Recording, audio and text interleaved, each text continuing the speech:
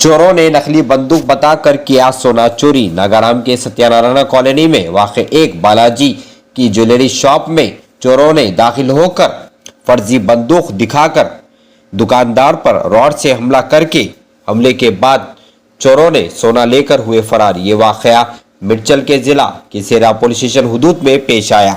जैसा कि इस बात की इत्तला पुलिस को मिलते ही पुलिस ने फौरी मुकाम में वारदात पहुंचकर मुजरिम की तलाश शुरू कर दी है।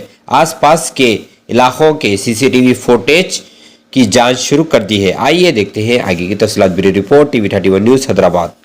ఈసర పోలీస్ స్టేషన్ లిమిట్స్లో రాంపల్లి నుంచి గట్కేశ్వరి వెళ్ళే రూట్లో బాలాజీ జ్యువెలర్స్ షాపు ఉంది. దీంట్లో ఈవినింగ్ అరౌండ్ 5 o'clock సమయంలో ఇద్దరు ఆగంతకులు బైక్ మీద వచ్చేసి షాప్ ఓనర్ మీద దాడి చేసి దోపిడీకి ప్రయత్నించడం జరిగింది. దీనిలో భాగంగా వాళ్ళు ఒక చిన్న గొడ్డలు లాంటి వెపన్ తీసుకొచ్చుకున్నారు. అదేవిధంగా ఒక టాయ్ పిస్టల్, డమ్మీ పిస్టల్తో కూడా బెదిరించడం జరిగింది. ఈ రెండింటితో అతని మీద దాడి చేసి ప్రాపర్టీని దొంగతనం చేయడానికి వచ్చారు.